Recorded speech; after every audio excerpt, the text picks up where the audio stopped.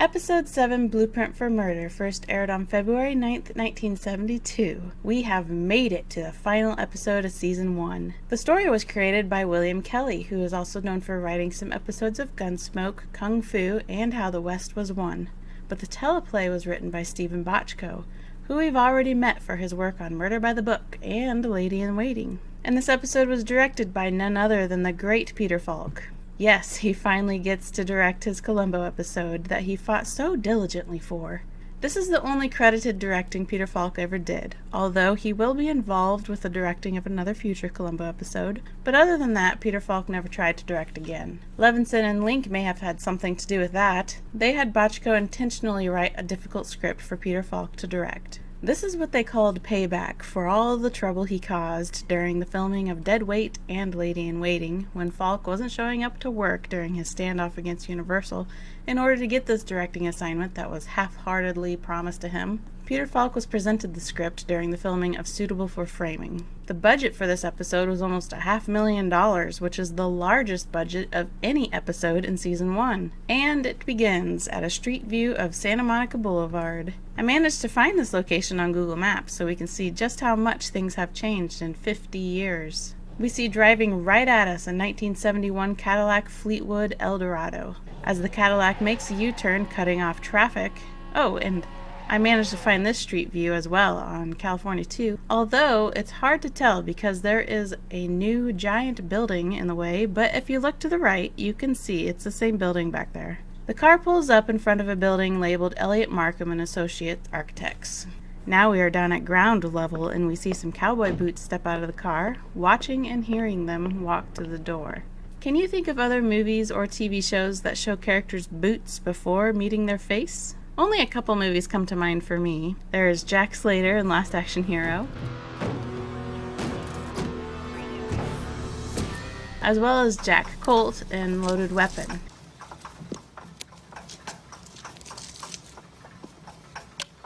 I know there are many more if I remove the boot requirement, like Spat's Columbo and Some Like It Hot, and Mia Wallace in Pulp Fiction. I wonder who directed that movie. Well, we continue following the boot man through the hallway, giving off an authoritative as well as intimidating vibe.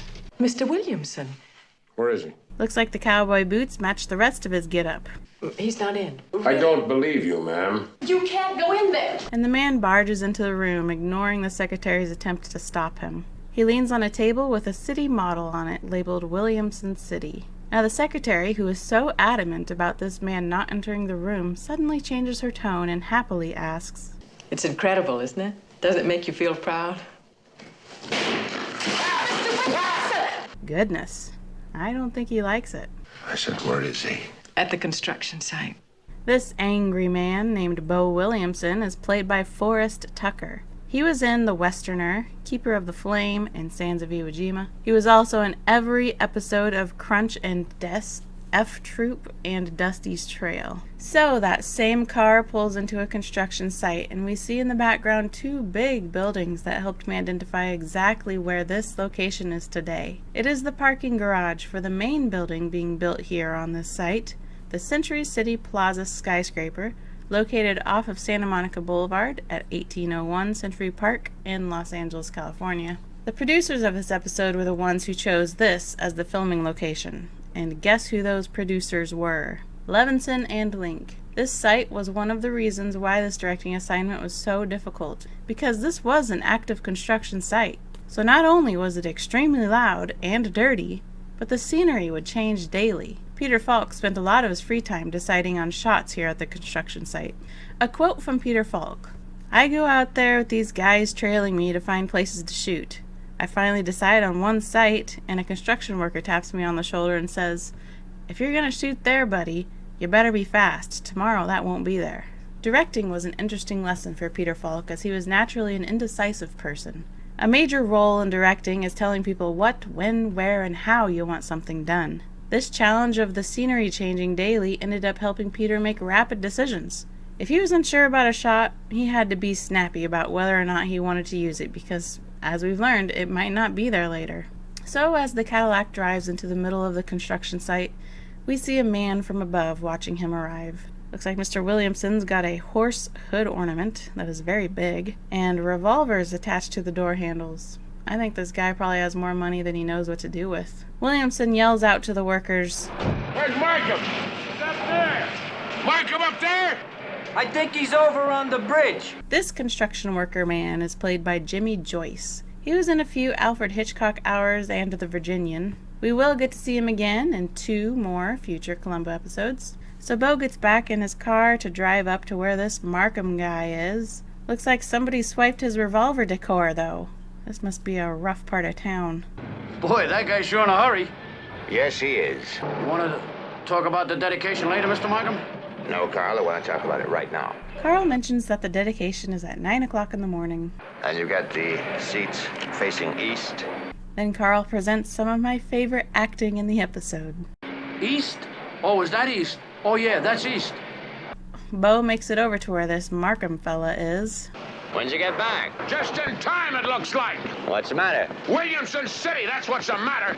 We learn that Bo Williamson has been gone to Europe for the past 6 weeks, and he comes back to find a bunch of letters written between Markham and Bo's wife, which included a load of blueprints. Oh, it's the most revolutionary concept I ever had. Well, you know, Jennifer and I assumed you'd be delighted. Delighted. Bo declares that Markham's joyride with Bo's money is over, but Markham says the machinery has already been set in motion. Well, then you unsaid it. And I'll tell you something else. Don't ever speak to my wife or me again. She's too young to recognize a con man when she sees one. Markham tries to reason with Bo, saying that as long as the city stands, his name will be immortal. Name?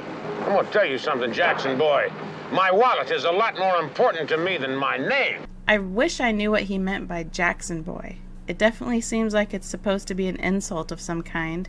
And over half the states in America have a city named Jackson. Yes, California is one of them, so I read a little about Jackson, California, and didn't find any particularly interesting antics about it to warrant calling someone Jackson boy.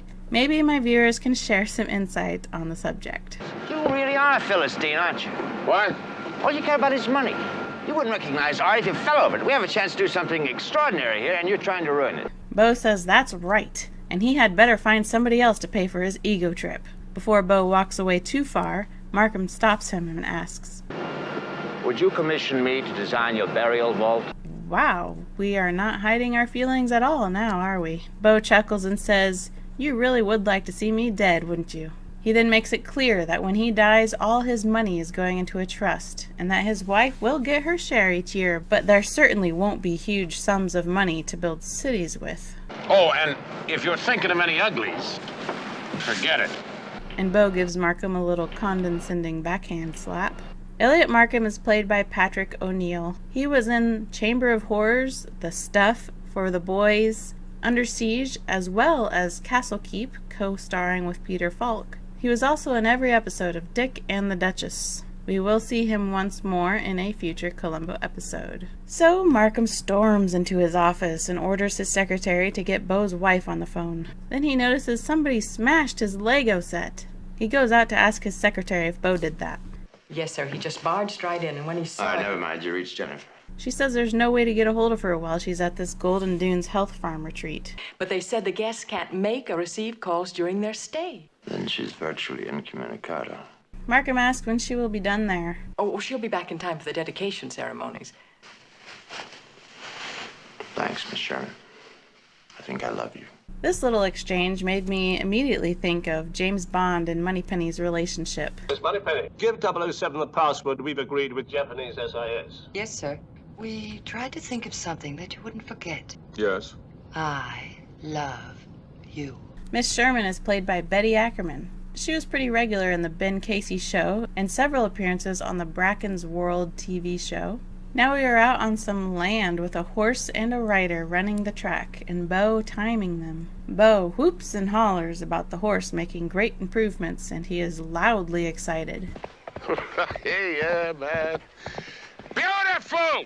Well, now that's over. Bo heads to his car and gets in. He leans over, and like a scene from a horror film, Elliot is suddenly behind him. Music begins to play that's like a weird combination of country western and Benny Hill.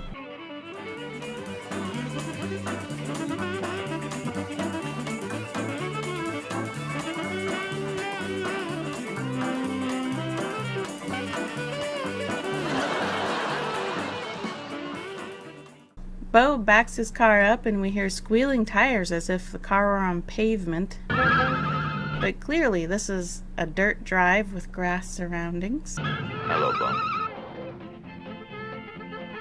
Elliot points a gun at Bo and tells him to get out. Bo, the seemingly big and tough Texan, decides to take his sheep's wool collar to heart and quietly does exactly what he's told. Markham uneventfully leads Bo at gunpoint to the barn door, and Bo steps inside without a word. Quite a sudden change in character.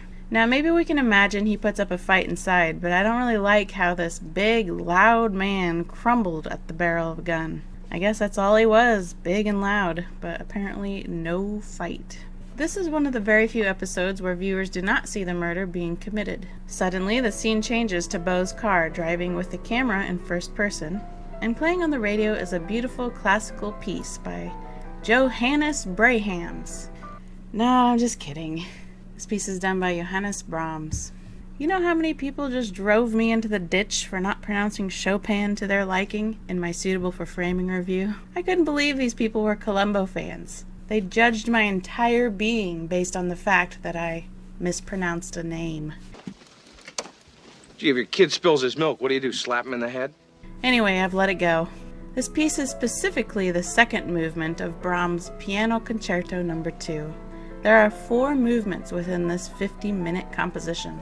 The car pulls up to an automatic gate labeled Williamson Ranch. What a neat entrance going over this bridge. Looks like night is almost here. And we finally see, if we couldn't have guessed, that Markham is the one driving Bo's car. He slides across the seat and exits the passenger side, the same way Bo did during the intro. Why have car manufacturers removed that convenience in cars? When was the last time you could effortlessly move from the driver's side to the passenger side and exit the car? Markham takes out Bo's keys and is about to unlock the door when a thought crosses his mind and he rings the doorbell instead. Smart thinking there, Markham. Housekeepers or someone could have been inside. He then unlocks the door and turns left, right into the billiards room. Heading upstairs and turning on the light, Markham sees Bo's suitcase is still on the bed with only a couple shirts and ties unpacked. Markham goes and grabs an extra jacket and all of Bo's conveniently displayed documents necessary for overseas traveling. He latches the suitcase, turns off the light, and heads back downstairs and outside to the car, where our same song is still playing.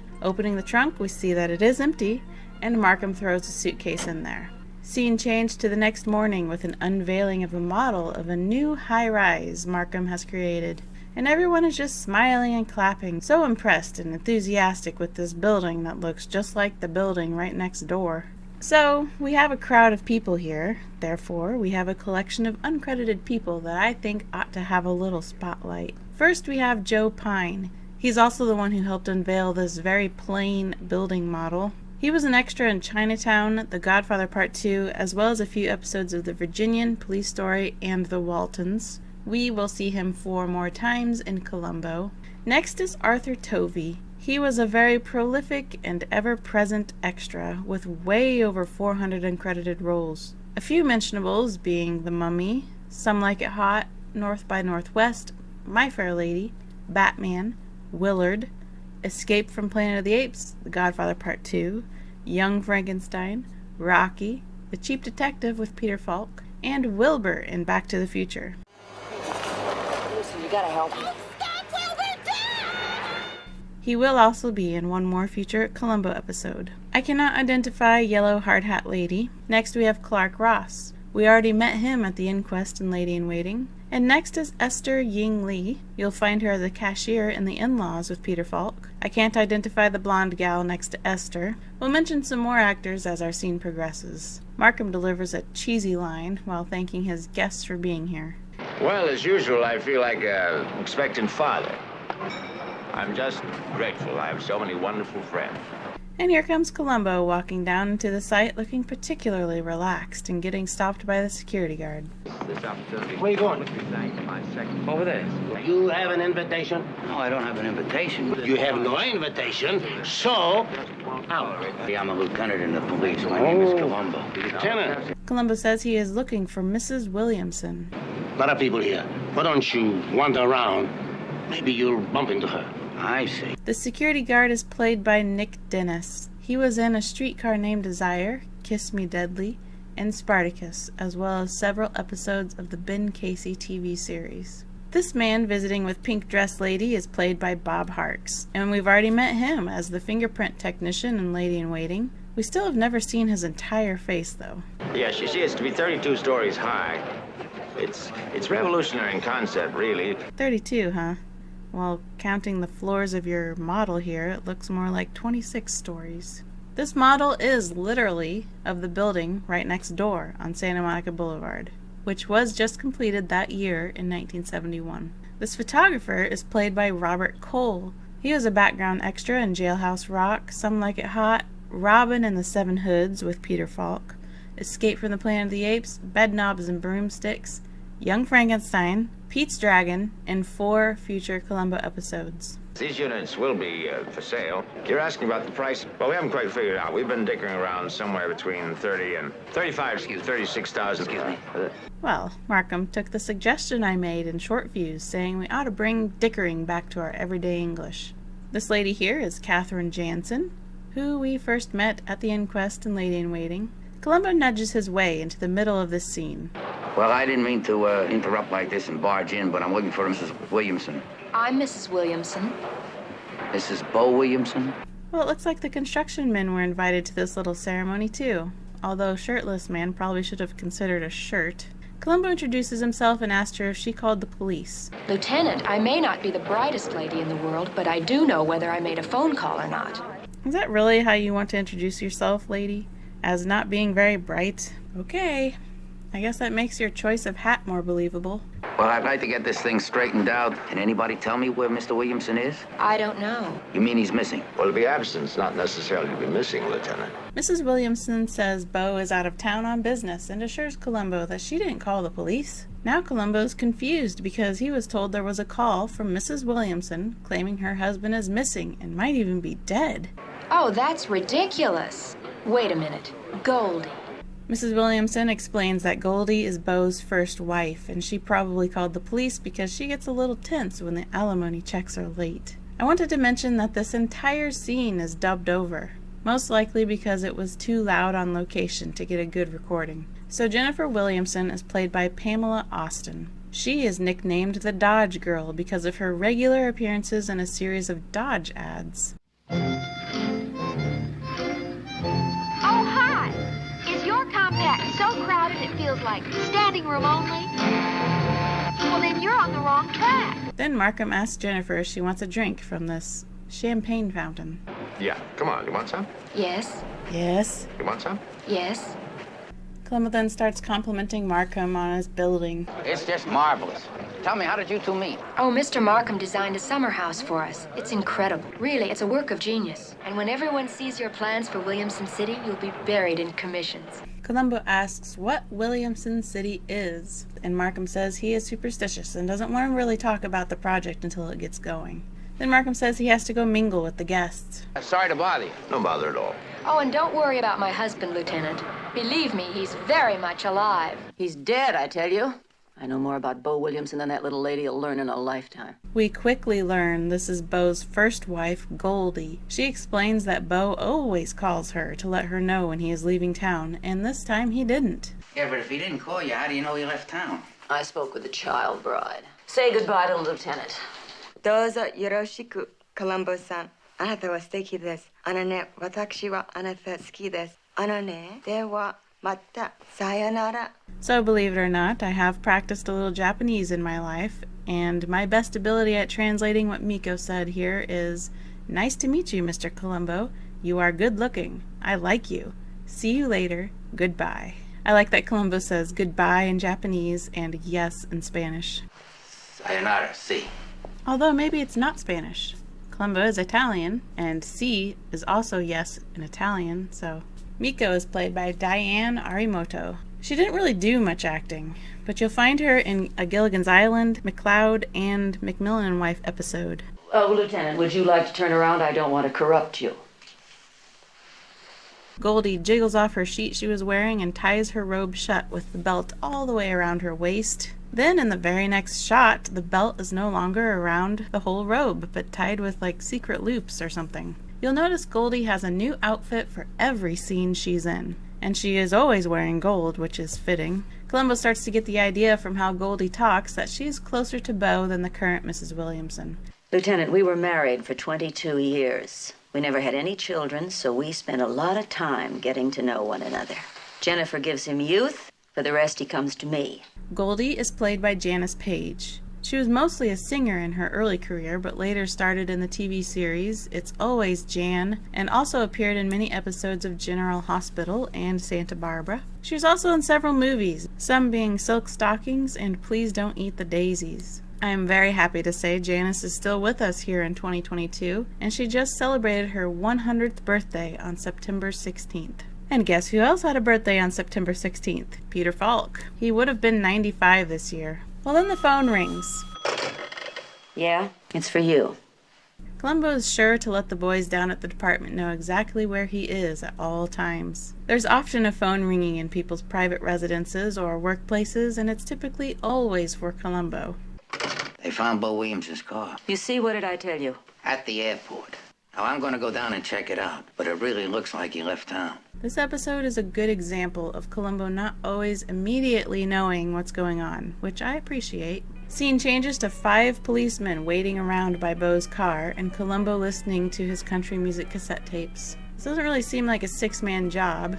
I think Columbo should have let a few of them go and be a little more productive. Then suddenly a thought occurs to Columbo and he checks the radio dial and then glances over at Bo's tape collection. Well, let's have a look at this collection, shall we? This tape here is Stephen Stills' album, just called Stephen Stills. This is not a country western tape or artist. It's more in the 70s rock realm, but he is holding an acoustic guitar, so it's good enough for the show. Then the tape sitting under Stephen Stills is Grand Funk Railroad's 1969 album, and this is as far from country western as you can get. Then we have The Best of Buck Owens, and that adds up. He's an old country singer. And I'm going to need my viewers' help on the last one, though, because I don't recognize this picture, and the only words I can make out are the bottom ones, which read, Songs I Like to Sing. So now Columbo has found something that doesn't add up. He ejects the tape, turns the radio on, and what do we hear but the second movement of Brahms' Piano Concerto No. 2. It's still on. So this statue at Bo's house, I found it online being sold for a couple $100s, but I can't find who made it, when it was made, just the fact that it was made in Spain and it's made of wood. I'm not finding that there are multiple copies or anything like that either. I'm curious if this is the same one in the episode. Anyway, Columbo is checking out Bo's record collection. He's holding a Jimmy Newman album, which is in fact country. I like this panning shot behind the record collection. Columbo walks over by Bill Anderson and the Po' Boys, which is also very country western music. Say, I noticed that he likes country and western music. Does a bear like honey? Jennifer says she's tried to broaden his music tastes, but he refuses. He only listens to country western music. Do you ever drive his car? Me? No, I have my own. I see in your husband's appointment book, Dr. Morse, 10:45. That's tomorrow. He'd never leave town if he had an appointment with his heart specialist. Oh, he had a bad ticker, did he? He has a pacemaker, and his heart works perfectly. I don't think Jennifer knows what a pacemaker is used for. I may not be the brightest lady in the world, but I do know he has a pacemaker, and his heart works perfectly. Then Columbo glances over to his right. Hey, look at this, blueprints. Those are the preliminary plans for Williamson City. It's an entire community. Churches, schools, everything planned from fire plugs to skyscrapers. Jennifer says that the day Bo came back from Europe, he saw the plans, and Elliot said he just loved them. Now Columbo knows Elliot saw Bo that day. And we're suddenly back at the office where Miss Sherman is locking up for the night. But then Columbo shows up. He shows his badge and she lets him in. Columbo says he stopped by to see Mr. Markham. I'm sorry, Lieutenant. He isn't in. If you want him, you'll find him at the university giving a lecture to his students. Oh, really? Mr. Markham feels he has a responsibility to share his knowledge. He's a dynamo. A man like that throws off sparks and never slows down.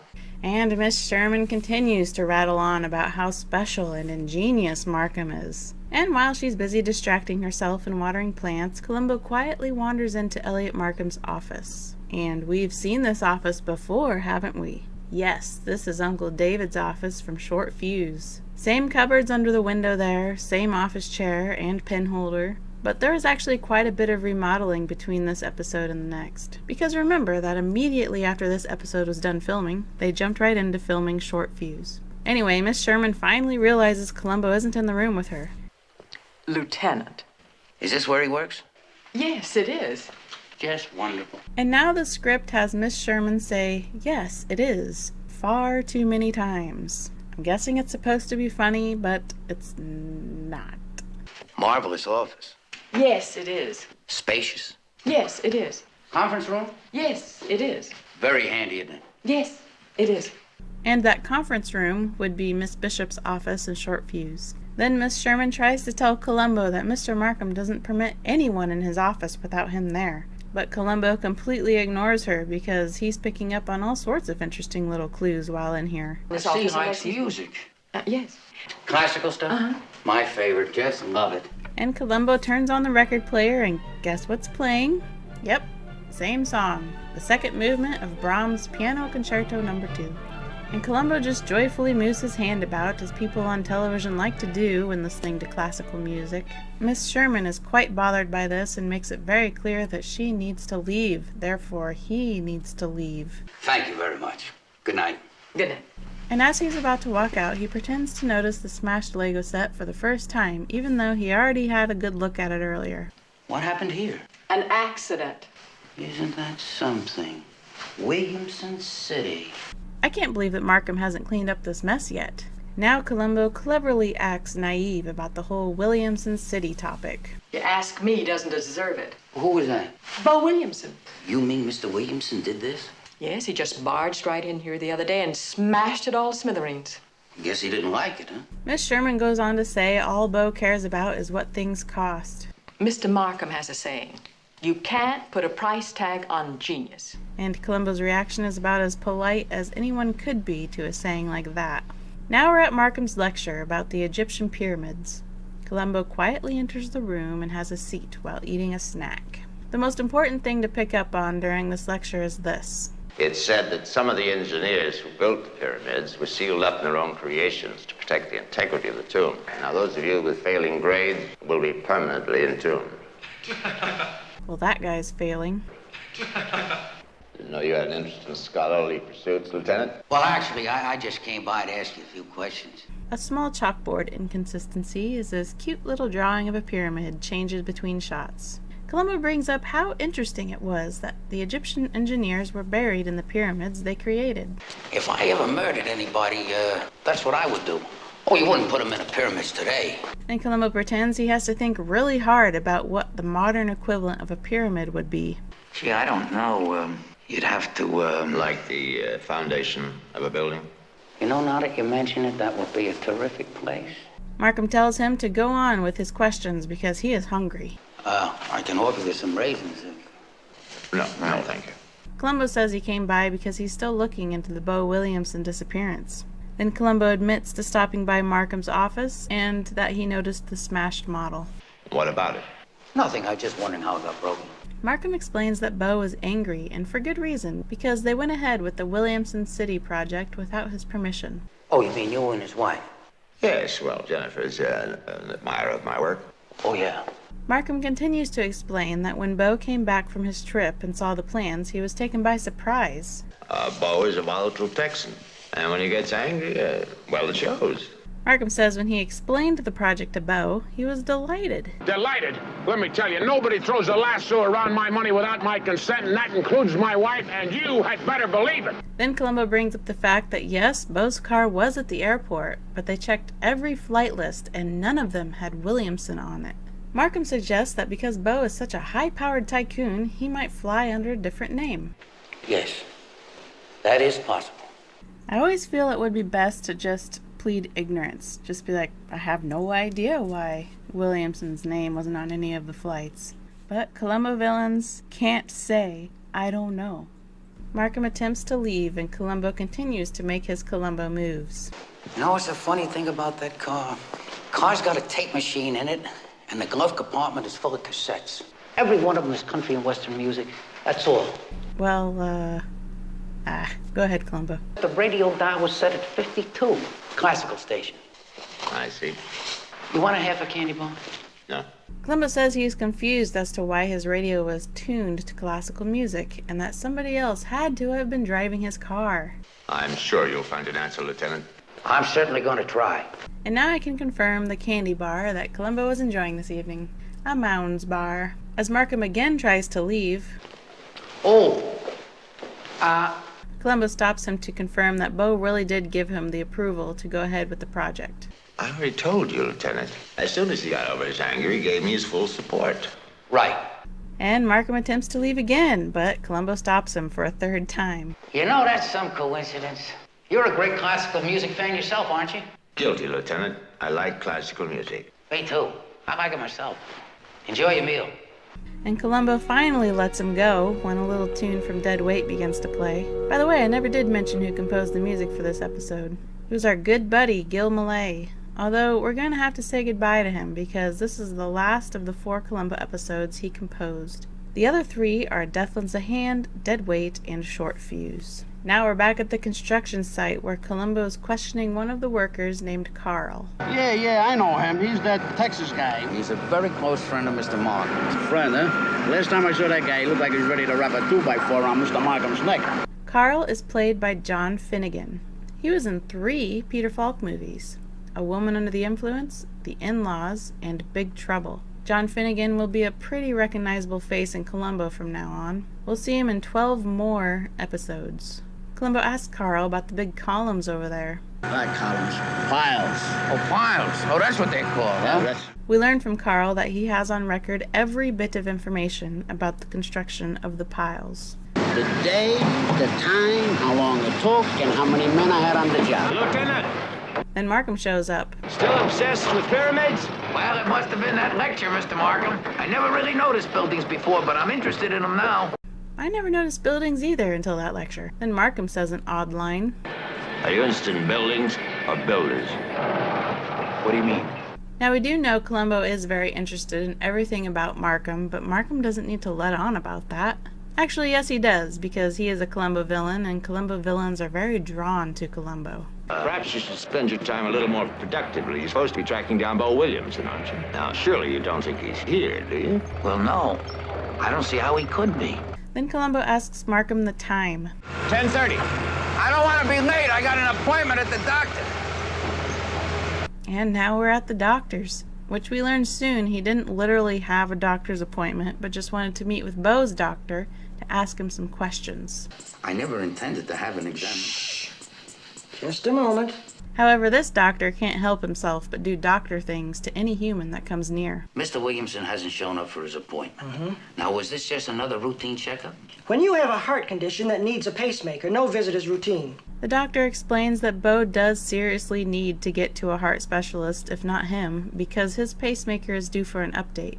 This is a pacemaker. It runs on miniature energy cells. These energy cells have to be replaced, or the pacemaker becomes erratic, causing the heart to malfunction. In other words, you could die. Put simply, yes. Well, this very serious about his work doctor is played by John Fiedler. Some of you may recognize his unique voice because he was the voice of Piglet in Winnie the Pooh. He voiced Piglet for all the movies, television, and video games that included him. John was also in 12 Angry Men, The Odd Couple, True Grit, and for TV, he was in several episodes of The Bob Newhart Show and every episode of Buffalo Bill. Are you looking for something? Do you have a lighter? You won't find one here, Lieutenant. And let me give you some free medical advice. Stop smoking those things. Remember, I deal in pacemakers. Columbo heads back to the waiting room and drops his cigar off in an ashtray. Goldie, what are you doing here? Same thing you are, checking up on Bo. He didn't show up, did he? No. Columbo, the man, is dead. Columbo says, well, that may be, but there is no proof. Columbo, what does it take to convince you that I'm right? His body? And now, suddenly, we are watching Jennifer and Markham play tennis weirdly. It's just that I don't get my arm back in All right, time. ready or not, I'm serving. Oh, that's embarrassing. Throw me a ball. We hit them all out. Oh, I got it. No, let me. And then Jennifer screams for Elliot, and he goes running to that song that originally played in Death Lends a Hand when Brimmer is driving his car with Lenore in the trunk. Jennifer runs into his arms, flinging her hair into his mouth. It's Bo's hat. Elliot goes to check it out and picks up a bloody cowboy hat with a nervously confused look on his face. The scene changes to Elliot drinking some whiskey, or maybe it's bourbon, and smoking cigarettes. A battered, blood-stained hat by itself means next to nothing. A battered, blood-stained... What? What kind of a thing is that to say? He should be acting very concerned, not trying to brush it off as if it were nothing. We don't even know if he was wearing a hat, if he was killed. Markham, what are you doing? These are things you would say if you were being accused and you're trying to defend yourself. Columbo's having the blood type identified by the lab, and they are waiting on the call to learn the answer. You want a drink, Lieutenant? No. What I could really use is a cigar. I got them. Good. He asks Jennifer to go find Beau's dog tags while they wait. You see, Army dog tags usually have a blood type on them. Yeah, here it is, B positive. I still think this is an exercise in futility. We don't even know if it's his hat. I recall a future episode of Columbo that will use a play on words of exercise in futility, which that little phrase basically means this is a waste of time. Jennifer identifies that the hat is definitely Beau's. The phone rings, and it's of course for Columbo. Hello. Yeah, that's what I figured, thank you. Blood type B positive, it's the same as your husband. Then something did happen to him. He is dead. And she throws herself into Markham. I can't really figure out this relationship between Jennifer and Markham. It kind of hints at they're having an affair together, but my assumption would be that if they're having an affair together, Markham's the only one that knows it and Jennifer is clueless. She probably just thinks Markham's a really good friend. Tell her that blood on a hat doesn't necessarily mean that Beau's dead. Well, that's true, it doesn't. But I say we have a whole new ball game. Scene change to a frustrated and upset Elliot Markham listening to some classical music very loudly. I'll give you a moment to guess what song it is. Yep, second movement of Brahms' Piano Concerto No. 2. It's one of our favorites by now, isn't it? Then he gets up and starts slamming books and architect tools on the desk. Miss Sherman. Yes, sir. Get Mrs. Williamson, please. Yes, sir. Markham sits down and now seems to have a little smile on his face. Mrs. Williamson is on the line. Hello? Hello, Jennifer. How are you? I'm not sure how I feel. Wait, I'm pretty sure the hello used there was Goldie. Hello? Yeah, that's not Jennifer's voice. Hello? I just keep thinking about that hat. Elliot asks Jennifer to get a hold of Beau's will for him. Now we see two hats in a closet. Get out of there!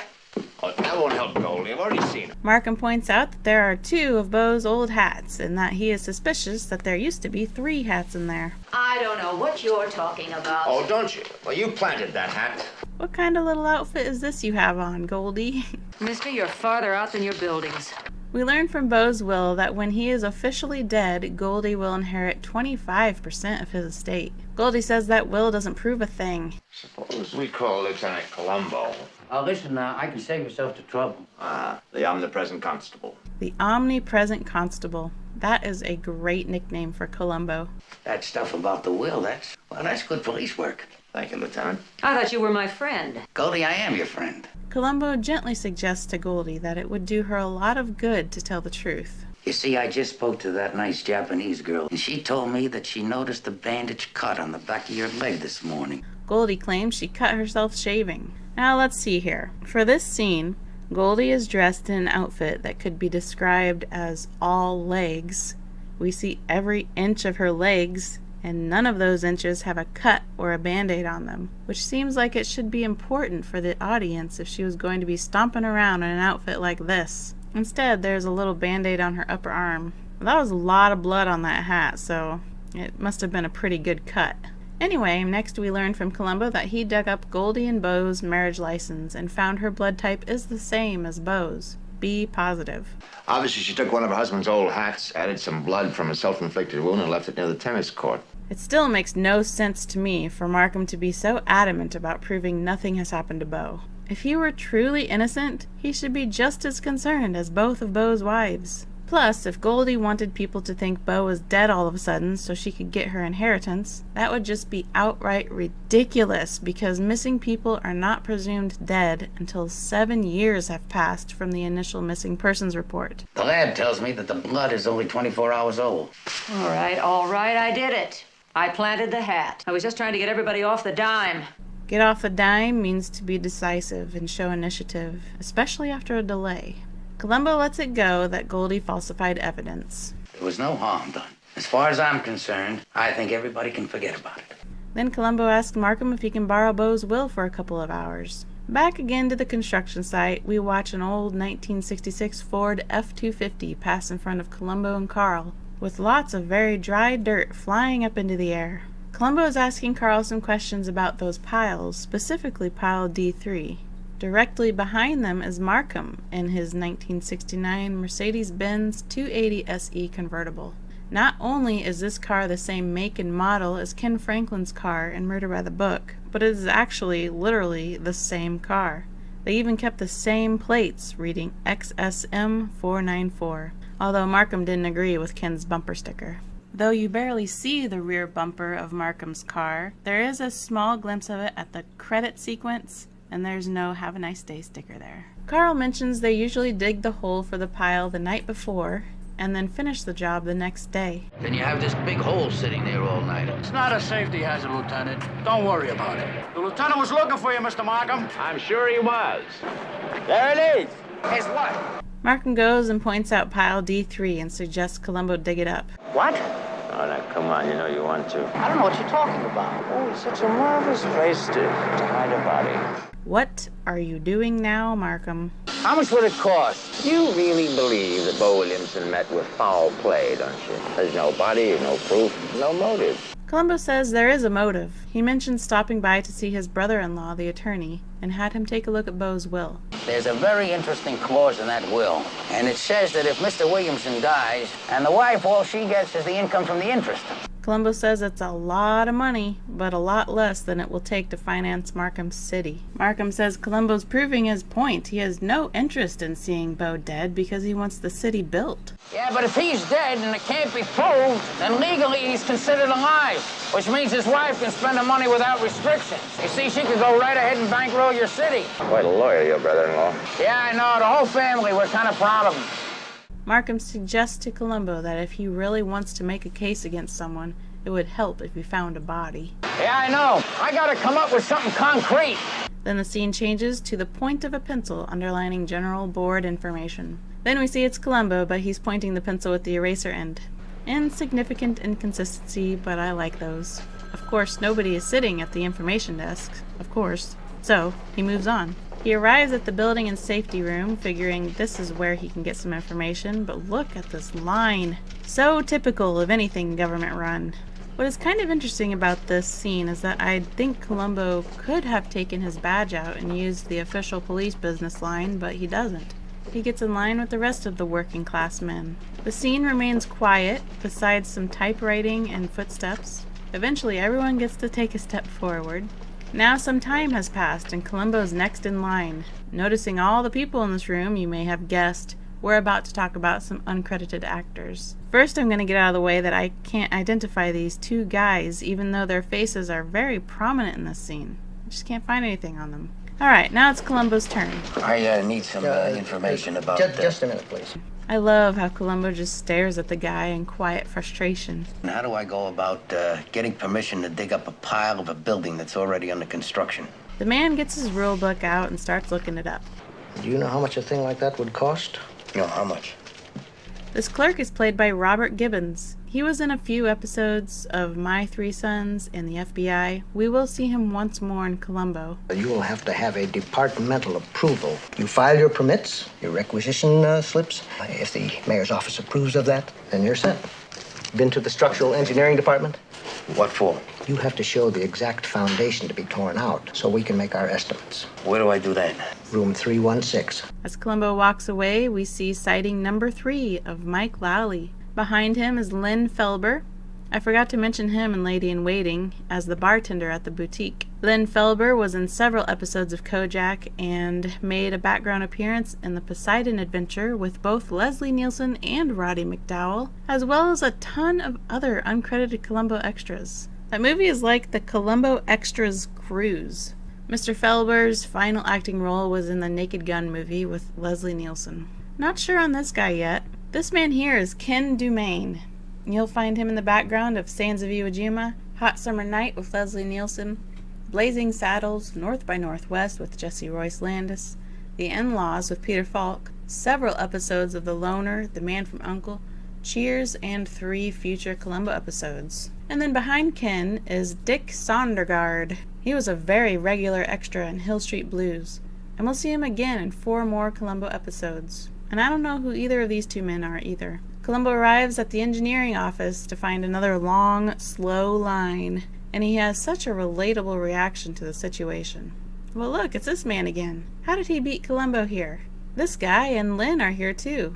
Weird. And back here is Lars Henson. He was in several episodes of Virginian, in the background of course, another uncredited young Frankenstein actor, as well as appearing in Airplane 2 and Twilight Zone the movie. And this smiley man is Eugene Jackson. You'll find him in The Long Hot Summer, North by Northwest, The Apartment, The Addams Family, as well as one more future Columbo episode. So Columbo gets what he needed and is so grateful to see there is no line this time.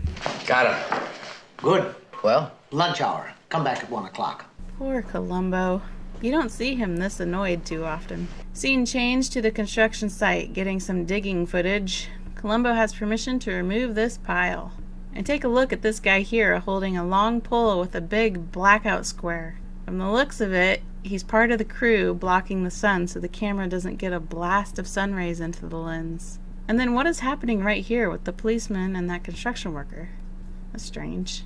Columbo is watching the process from a police cruiser, which is a 1971 Chevrolet Bel Air. Markham is watching the excavation from behind a cigar-smoking workman, played by Bart Green. He shows up in Kojak quite a few times and a few Bonanza episodes. I, unintentionally of course, forgot to mention that he was part of the jury in Ransom for a Dead Man. And we see the back of him at the museum in Dead Weight. We will be seeing Bart again in 6 future Columbo episodes. There's a lot of working guys during this scene that I unfortunately cannot identify. I remember reading that Peter Falk wanted to have a lot of people during this scene, so he'd collect as many as were willing to just appear here, and make it feel very significant that all these guys are here.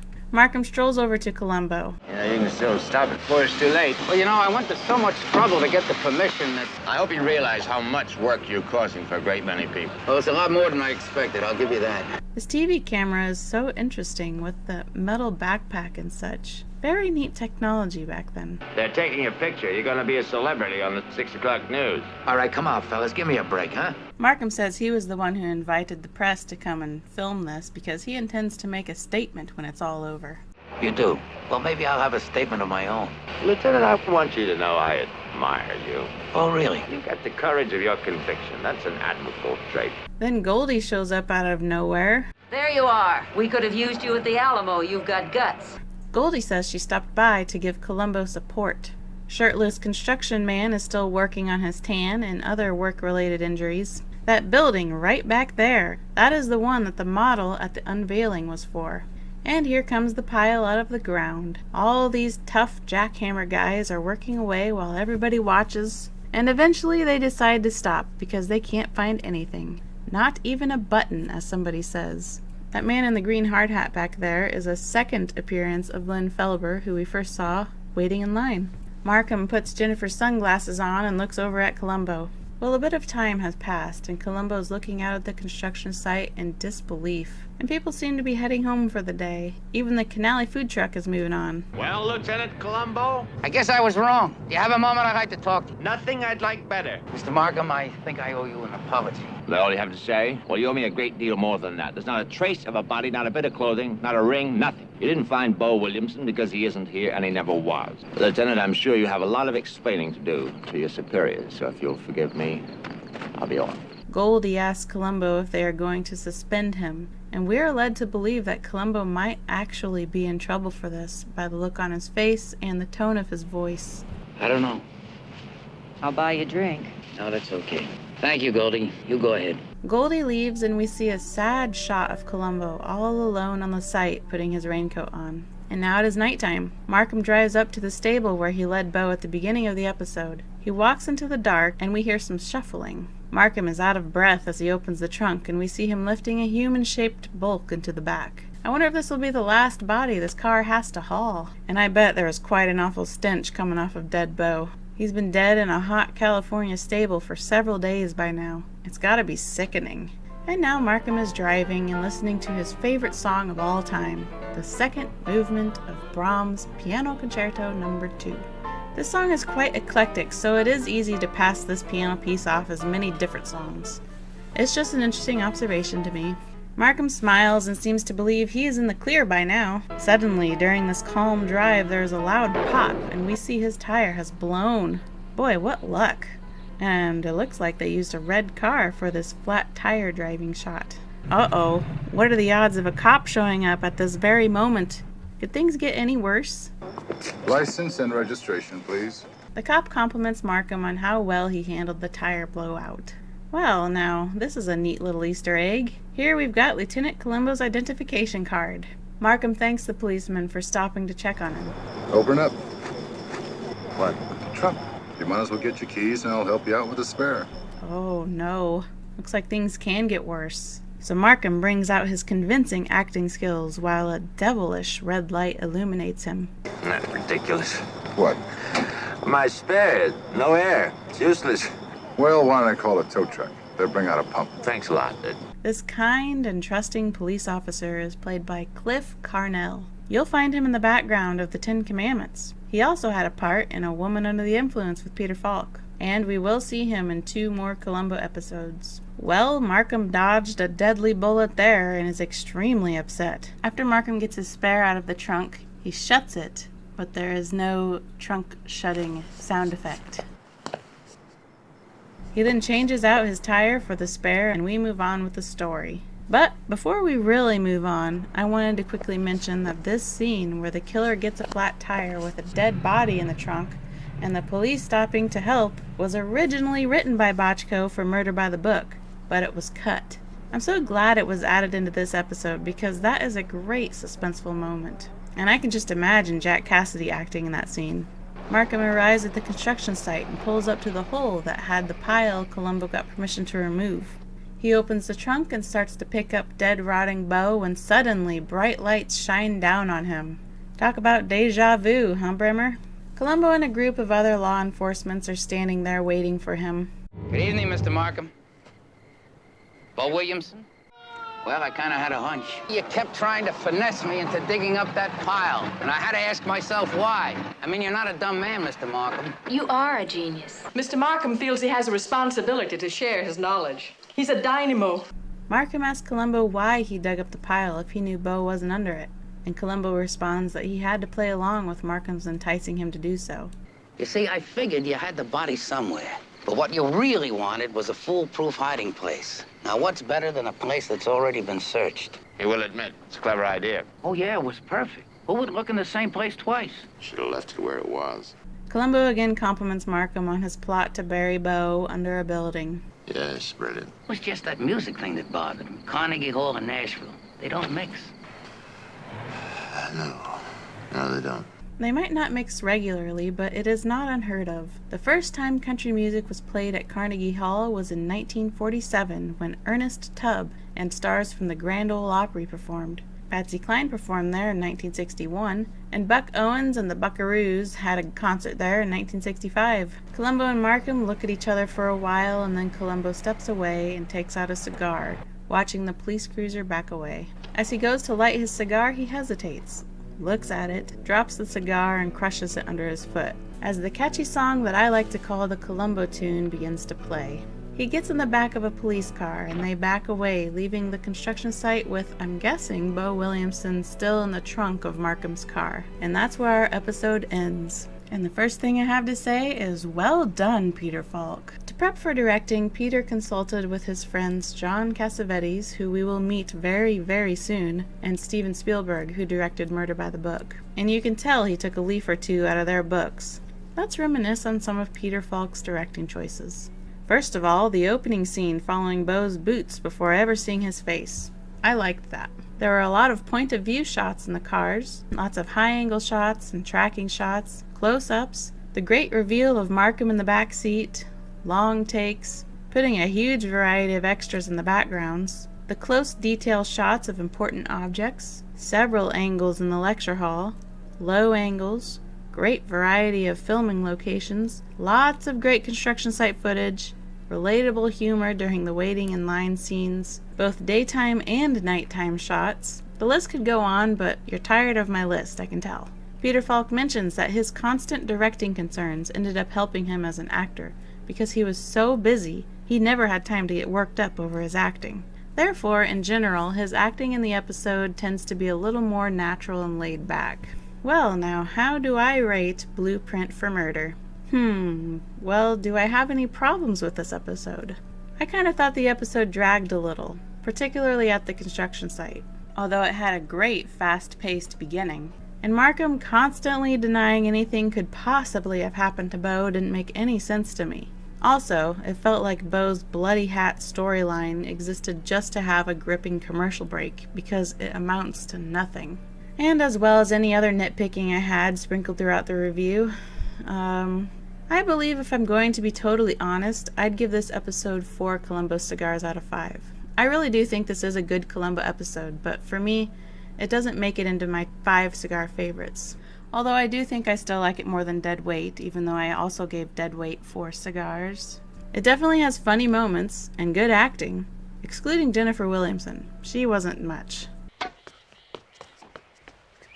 Oh, that's embarrassing. You can tell Peter Falk worked extremely hard on this episode. I don't blame him for the slightly lower rating as much as I do Bochco, Levinson, and Link. Falk did the best he could with what he had to deal with. I think it's a shame he never directed another episode. On top of Levinson and Link attempting to sabotage Peter Falk's episode, I imagine it would be very difficult to both direct and star in something. Although I know plenty of directors do it. Jackie Chan, Clint Eastwood, Orson Welles, and Charlie Chaplin are a few that come to mind. But Columbo Season 1 was a superb piece of television that I am so grateful exists.